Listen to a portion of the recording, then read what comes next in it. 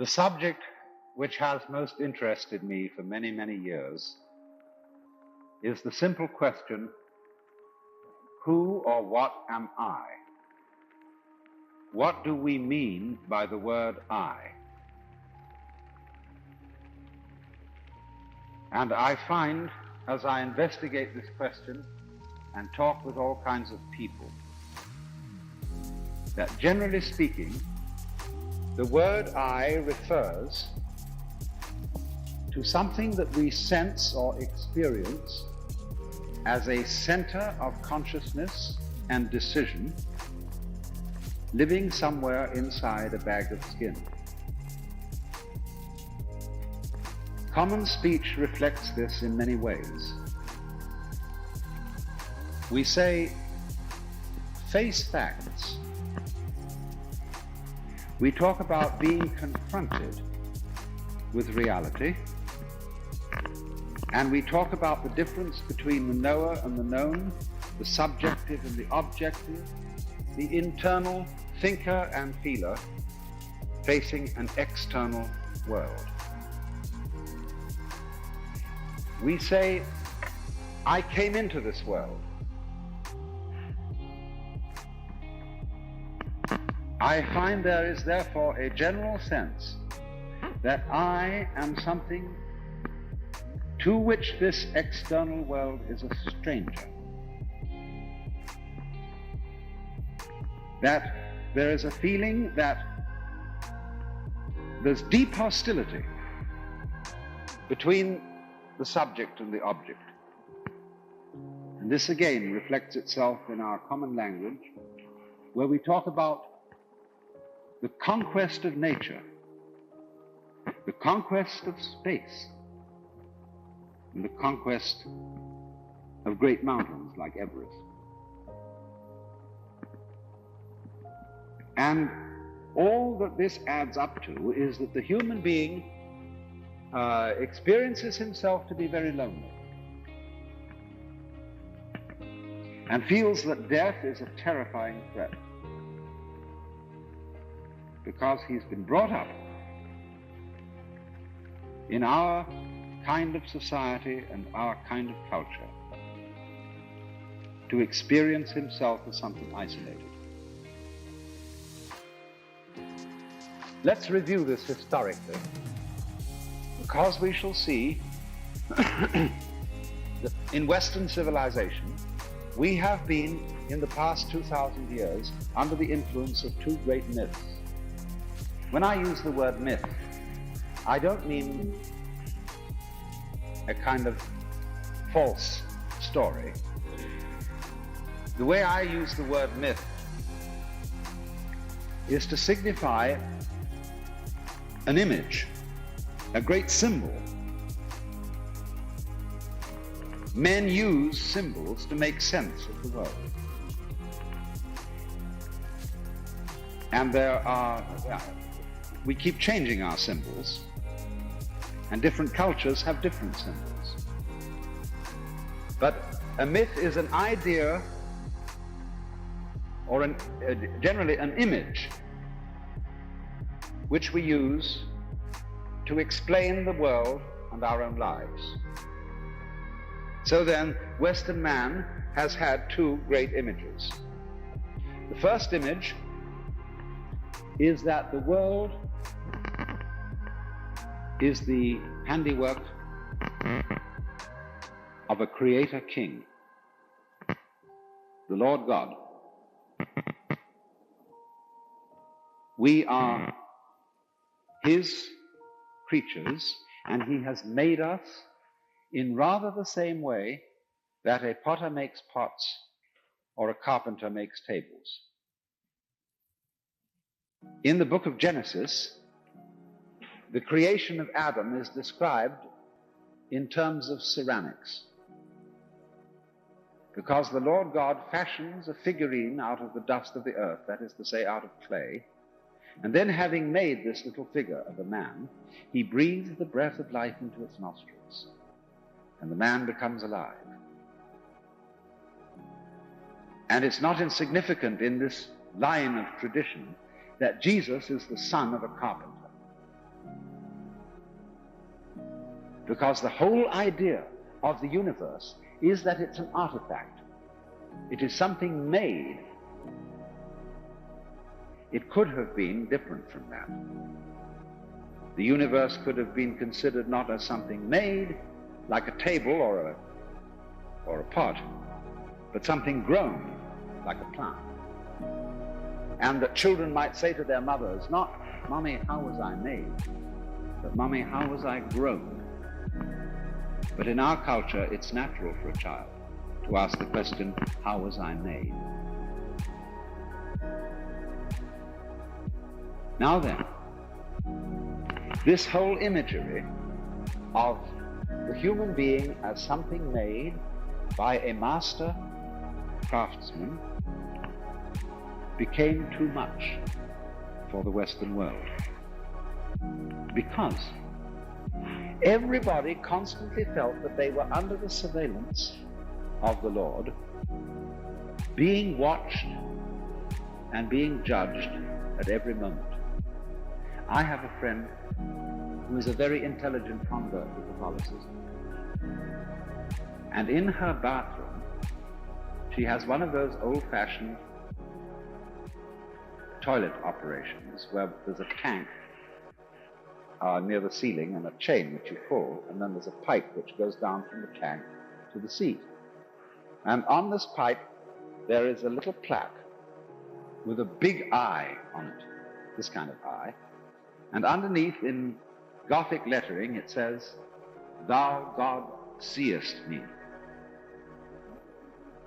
So in the most private apartment of the house, where one closes the door and locks it, there is the all-seeing eye of the eternal judge of the universe. See, this was a very, very awkward idea. You know how you feel in school when you were a child and you were doing some work, you were writing, you may have been doing arithmetic or writing an essay, and if this teacher comes and looks over your shoulder while you're writing, you somehow feel blocked. You wish she would go away until you finish. So in the same way, Western man has tended to feel blocked by the all-seeing judge of the universe, and therefore invented another myth altogether. The universe considered as an unintelligent mechanism. What a relief. No God to judge me, no hell to go to, no conscience that I need follow except my own sense of taste. A world, however, that is perfectly stupid. A vast mechanical gadget in which I am trapped like a mouse in a cotton gin. And very many people, very many intelligent people in the Western world have, since the beginning of the 19th century, settled for this conception of the universe. That it is an unintelligent mechanism, a display of blind forces in which human intelligence has arrived by the merest chance of natural selection and evolution, so that we are confronted with a system of stupidity called life, in which we, as intelligent accidents, are trapped, and which therefore we have to subjugate to our wills by every conceivable technological device. And we know that in the end it will beat us, that each individual will die, and this kind of consciousness that we have that seems intelligent and that is capable of loving and being loved will simply become nothing. That in the end life will be a brave gesture against futility. Now I want you to understand that that idea although it sounds very realistic and hard-boiled, is also a myth. And it has been for a long time among thinking people a plausible myth, after the myth of the Creator God had become implausible. See, the trouble is this: no kind of science ever proved that the Lord God on the throne of heaven doesn't exist. What happened was simply that we, through scientific investigation, we acquired a sense of the universe.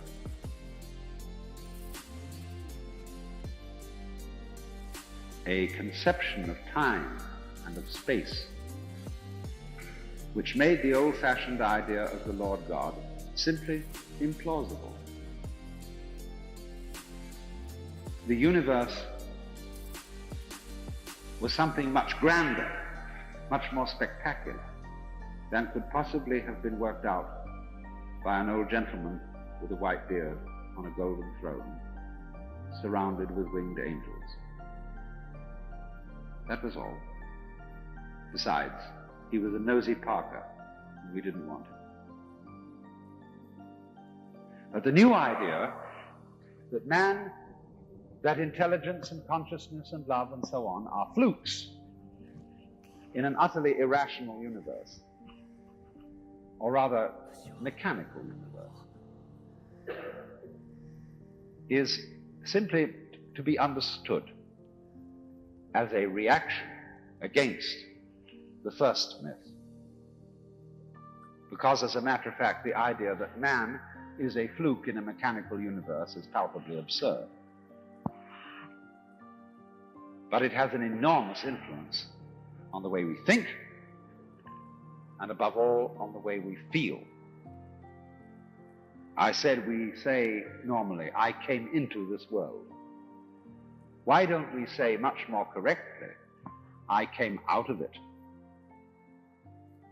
Because, you see, a human being is a symptom of the universe in exactly the same way that an apple is a symptom of an apple tree. When an apple tree produces apples, we might say, this tree apples, using apples as a verb. And so, in precisely the same way that an apple tree apples, we are living in a universe which peoples. We are symptoms of the kind of system in which we are living, and our appearance in the system tells us about the system. That is to say, just as in the words of Jesus, figs do not grow on thistles, nor grapes on thorns, so human beings do not grow on a tree which is merely mechanical, because human beings are not merely mechanical. What we have to realize is that a universe which peoples is an intelligent, thinking, organic, living system. And furthermore, we are not just separate little islands of life and consciousness existing in this world, but rather we should say that myself, my consciousness, is something that the whole universe is doing. You know, in ancient times, when people wanted to draw a map of the human soul, what they did draw was a picture of the universe as it was arranged at the moment when the individual was born. This was called his horoscope. The whole arrangement of the planets and the stars, as they were then known, as they were at the moment of your birth. And this was supposed to be a picture of your character and of your destiny.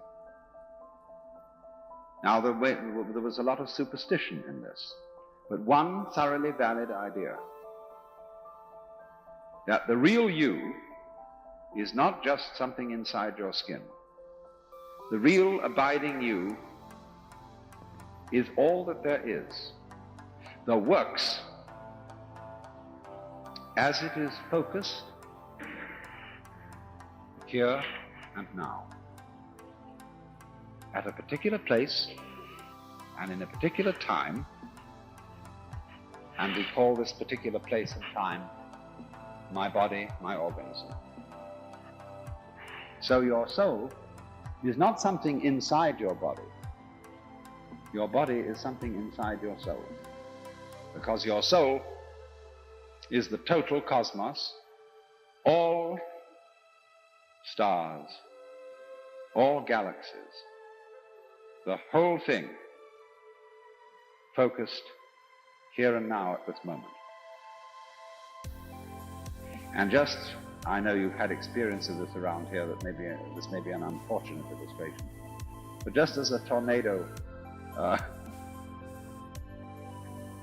dips down out of the sky, here, then it withdraws, and then here, and then here, so in the same way, everything that there is dips down and becomes an individual, and then withdraws. That's what we call death, and it dips down again, and shall I say incarnates again, and it's doing it all over the place, as all us people, all us rabbits, dogs, cats, trees, mountains, stars, everything.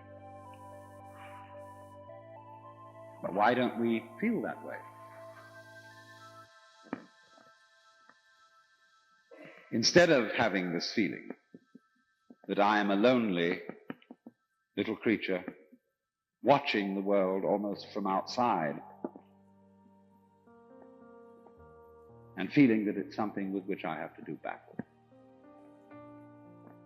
Well, the answer is we've been brought up the wrong way.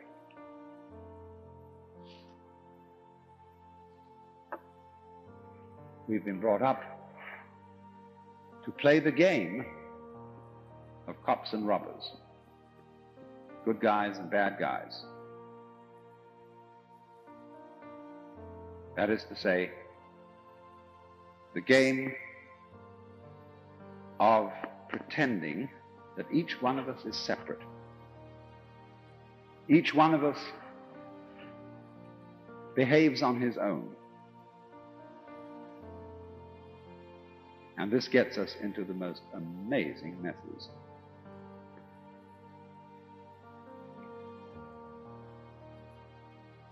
Think back to your own childhood. Think back to how you came to find out that you were you, and to have this sensation of being a separate and lonely individual.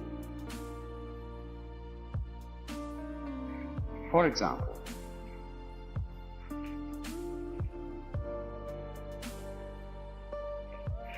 we are told by our parents that there are certain things that we must do. You must go to sleep. You must love your parents. You must have a bowel movement every day after breakfast. Now, what is the meaning of this word must? Is it a commandment? Or is it simply stating a set of affairs, a set of conditions? To be human, you must have a head. Did you ever see people going around trying to have heads? No. Well, so in exactly the same way, you remember very well that when you tried to go to sleep, you stayed wide awake. And supposing you try to love somebody. Look, supposing you as a husband or a wife say to your spouse, "Darling, do you really love me?" What kind of answer do you want? Do you want your spouse to say, "Darling, I'm trying my best to do so"? No. What you want is an answer to the question, do you really love me? You want the person to say, I can't help loving you. I love you so much I could eat you. But yet, we can say to our children such a remark as, darling, all good children love their mothers. And you ought to love your mother, not because I say so, but because you really want to. You see? This is a request which says, I command you to do something which will be acceptable to me only if you do it voluntarily. And that situation is called a double bind.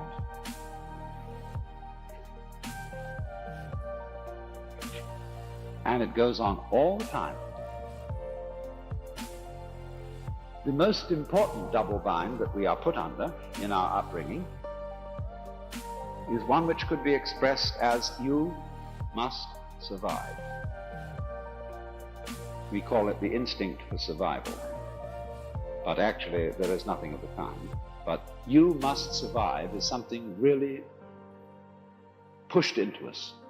I remember talking some years ago to a woman who came to me and said, I'm scared out of my wits. I have high blood pressure and I'm afraid I'm going to die. And this terrifies me. So we had a long conversation. I wanted to try and find out what she was really afraid of in death. And we found out that it wasn't pain, it wasn't the idea of annihilation, of just endless not being. She said, do you know, what I'm really afraid of is what people are going to say. They're going to be at my funeral and they're going to say, poor old Gerda, she couldn't make it, could she? Because you see, there's something disgraceful about dying. Your will to live gave out. You didn't have the guts to go on. You succumbed. Oh, too bad. In other words, it's an injury to one's pride, because you must go on living. Now, this is the double bind again, because living is a spontaneous process. Just like sleeping, breathing, growing hair, shaping your bones, and so on. You don't have to think how this is done. It happens. Marvelous. But it does. And to let it happen optimally, you mustn't get in the way of it. I mean, if you try to color your eyes blue, what a ridiculous thing if they're brown.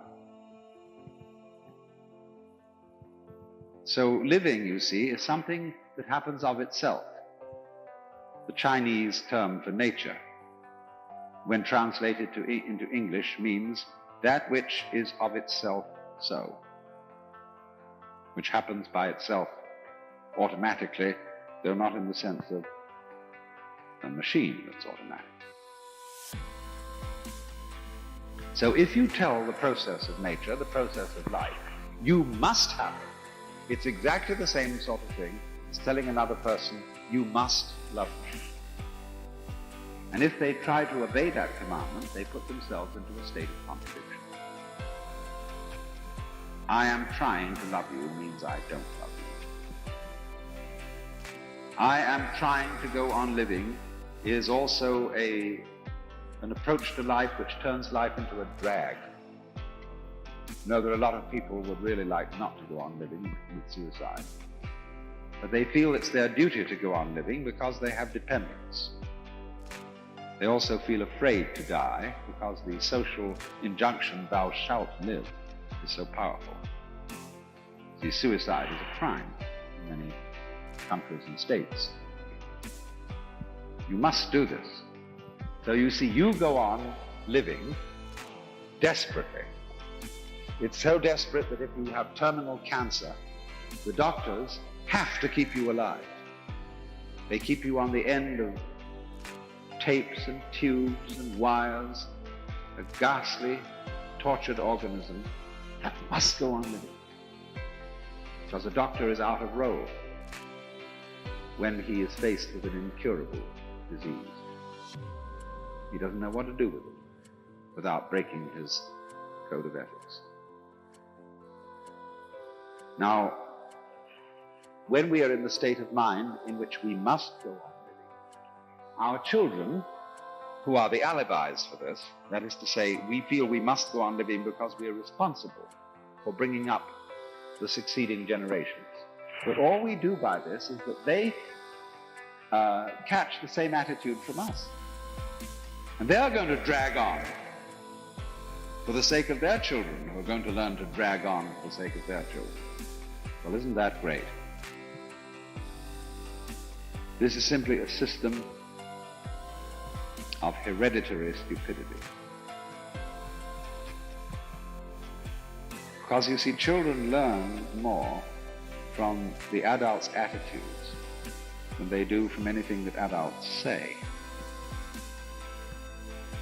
We try to say the right things, but the way we actually live is what counts. So if we go on living under a sense of compulsion, must live, must get on, must earn that living, must make that grade, whatever it is, must look after the family, must be faithful to your wife, husband, or whatever. That's a mockery, and everybody knows it, but won't admit it. And that, you see, that double bind, you must love me,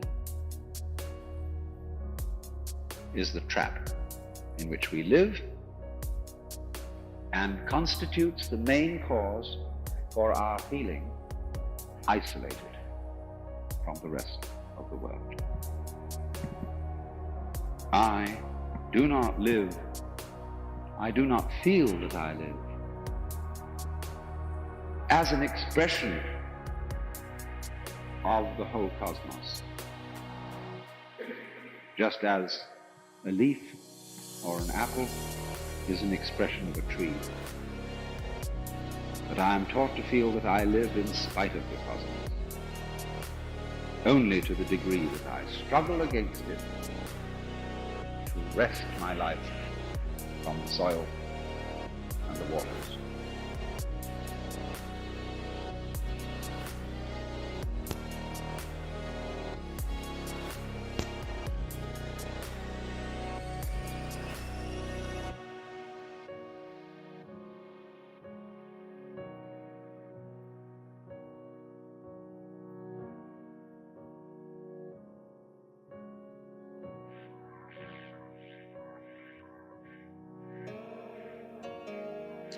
And we return in just one moment with part 2 of Zen and the Limits of Explanation. You're listening to WFMU. It's the Alan Watts Lecture Series.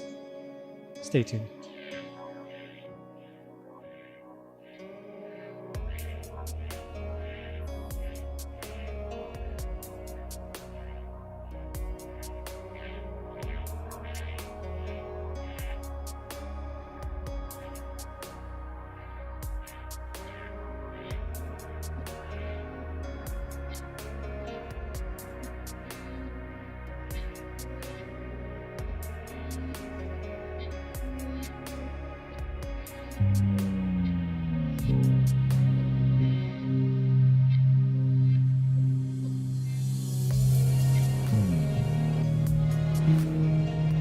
We breed a race of human beings, a culture which is, in technical psychological jargon, alienated,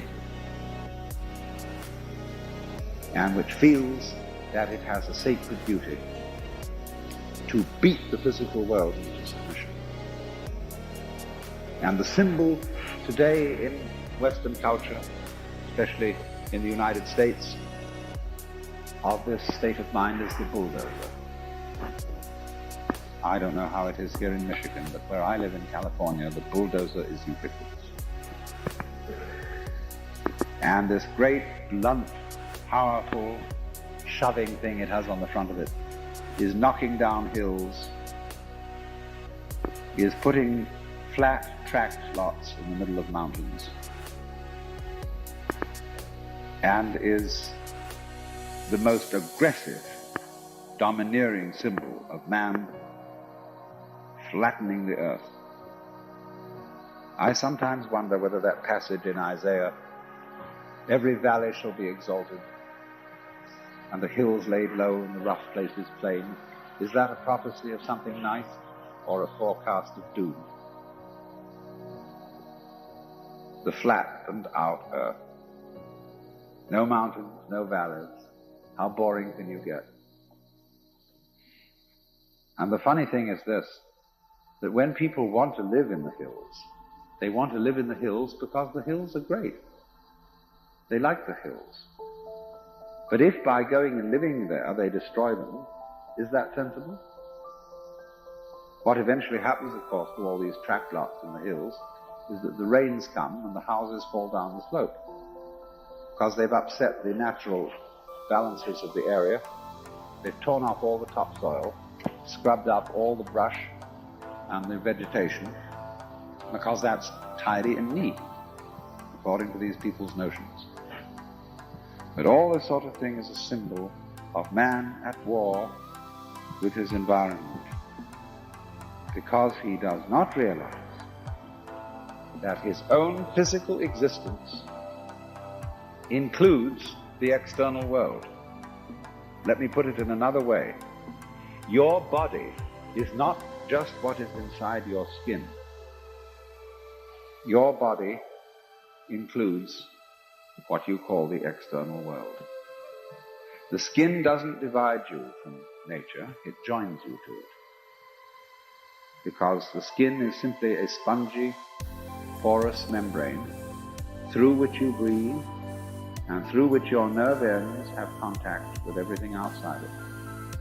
It's the bridge between you and the outside, and you on the inside and it on the outside always go together.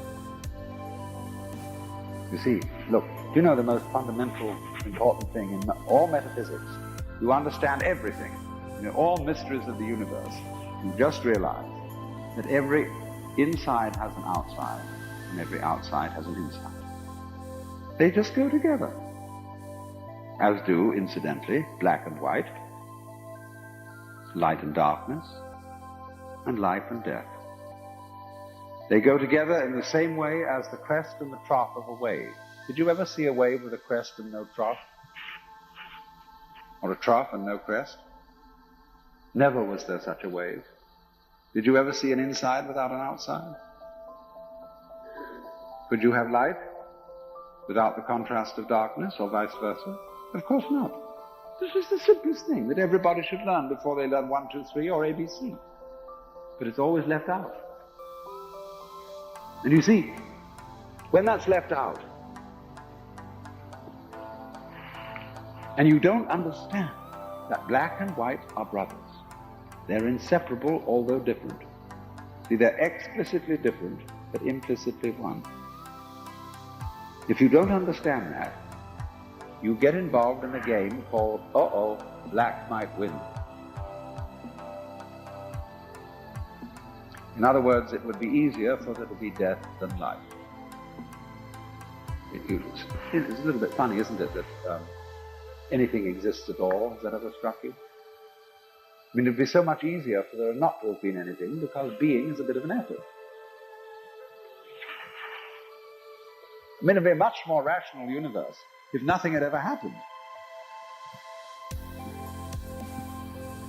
But as a matter of fact, that's an impossible state of affairs. There can't be nothing.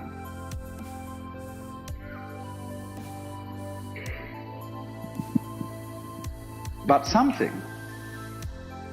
existence, is not just being. It's an alternation of being and non-being. Do you understand that? Listen to a sound. Noise. Noise is something you hear. But noise isn't just sound. It is an alternation of sound and silence. It's a vibration.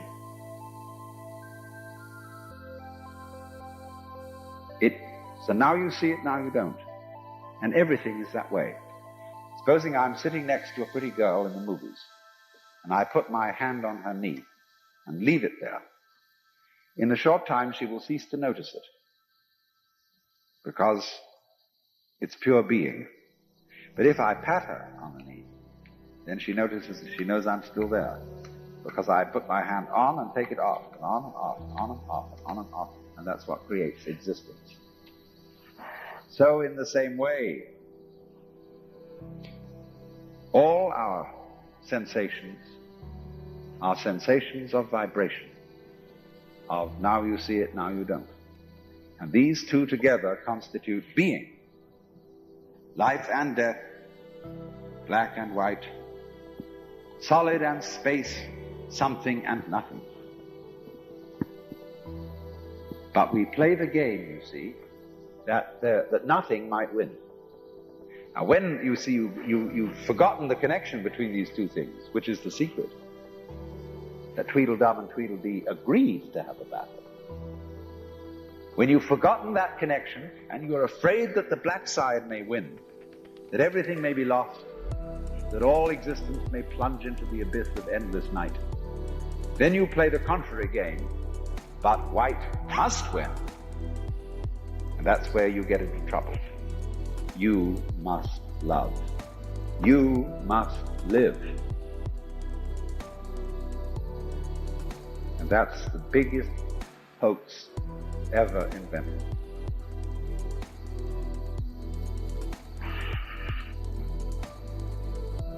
So,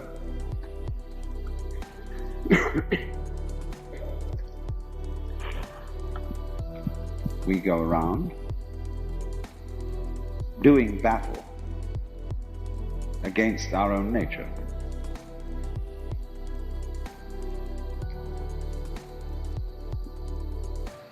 Now, can we get out of this trap? Or are we hopelessly hypnotized? Is there anything, supposing you realize this is true, can you change your state of consciousness so that you don't any longer have to feel that you are an isolated island of sensitivity locked up in a bag of skin? Could you come to feel that you are really, deep down, simply a particular expression of everything that there is? To put it more strongly, could you realize as clearly as when you put your hands on something hard and you know it's there, could you realize that clearly, that your real self is the works, is the whole cosmos? How would you go about that? A lot of people do know this. In the East, they call them Buddhas. And they know this in a very natural way. But in order to approach that kind of knowledge, really the main problem about it is to get rid of our chronic objections to it. For example,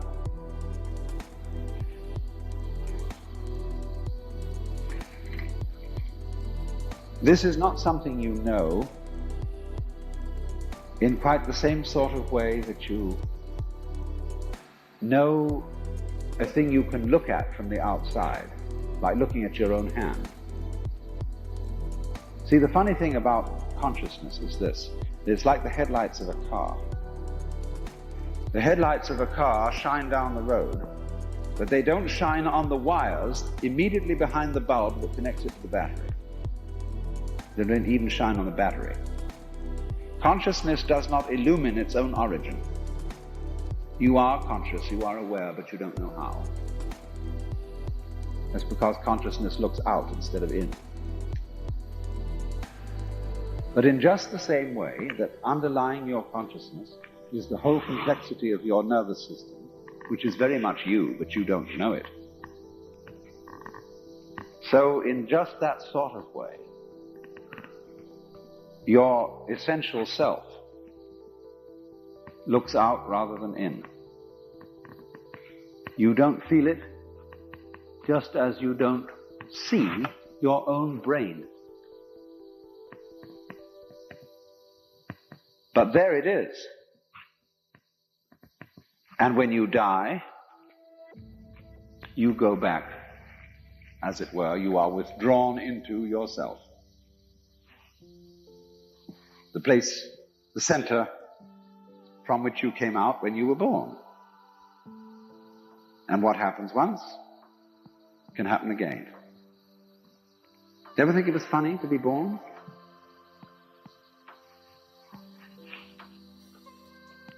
Think about it. What will it be like to go to sleep and never wake up?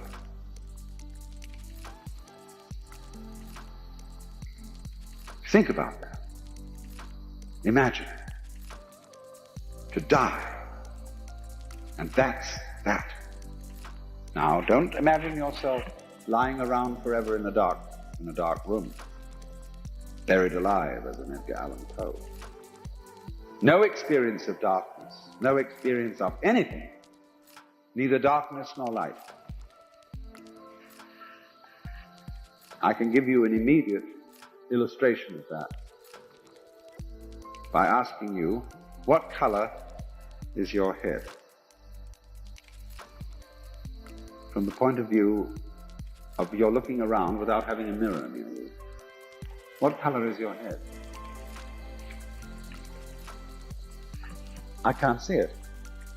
But do you experience darkness there? No. It's not dark. I don't have a black thing behind my eyes. I don't have a white thing. I can't get at it at all. It just has no color. You see? But it's a very lively thing, isn't it? You can't have any conception of it. But on this thing which you can't get a color on this depends all the colors you can see. So in the same way, when you're dead, you go back into this thing, which can't be seen and which can't be thought about.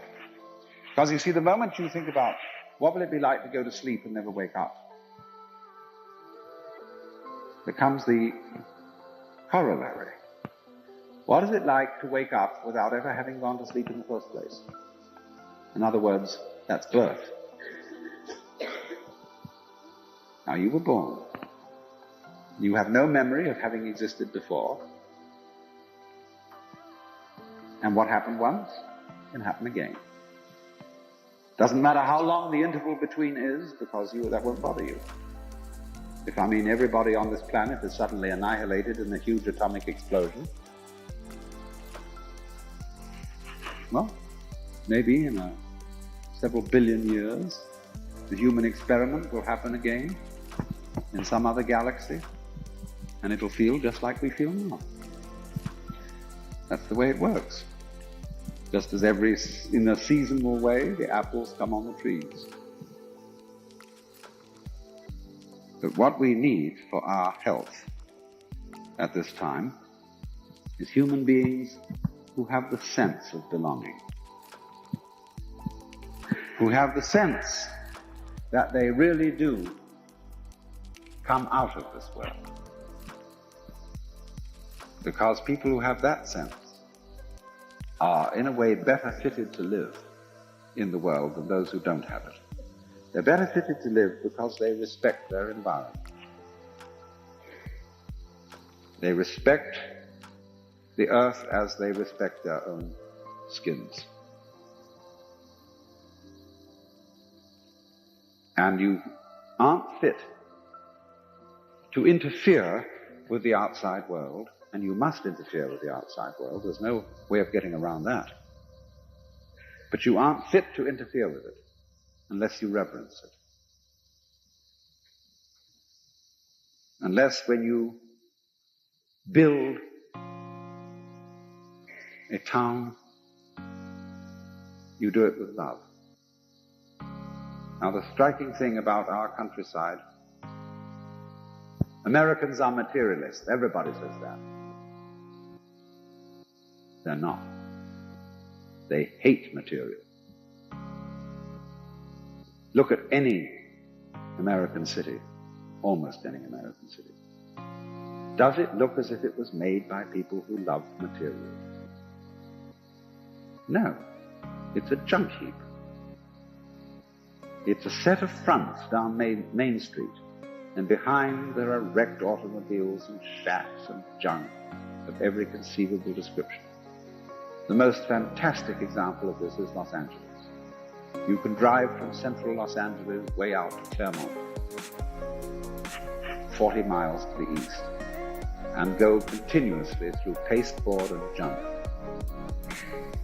This is not a materialist culture.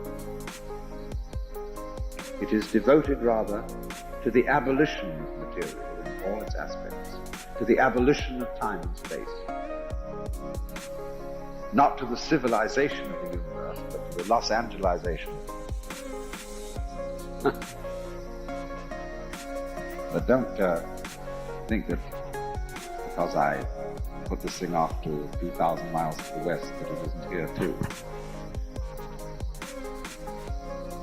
A race of people, you see, is not at home, doesn't love the environment, and is blind. You can go to the mountains of the west, the most gorgeous valleys, and see cities put up by people who obviously don't know where they are. Huge billboards, weird and grotesque structures that absolutely are out of any kind of harmony with the environment. Expensive ugliness. And so, by this means, this is merely a symptom of the fact that we are destroying our planet. And we are destroying it because we don't realize and have no awareness of the fact that this planet is ourselves. The earth is not merely our mother. It's the close to our heart. And closer still is the solar system in which the earth moves. Closer still to our heart is the galaxy in which the solar system moves. And the very heart of hearts is the whole system of universes and galaxies in which we exist. That is the middle of you, not something far off.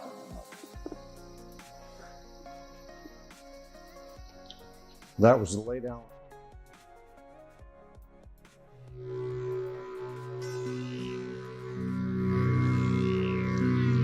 And conclusion of tonight's Alan Watts lecture, Zen and the Limits of Explanation. From the late Alan Watts. These lectures we bring you every Thursday between 6 and 7 here on WFMU.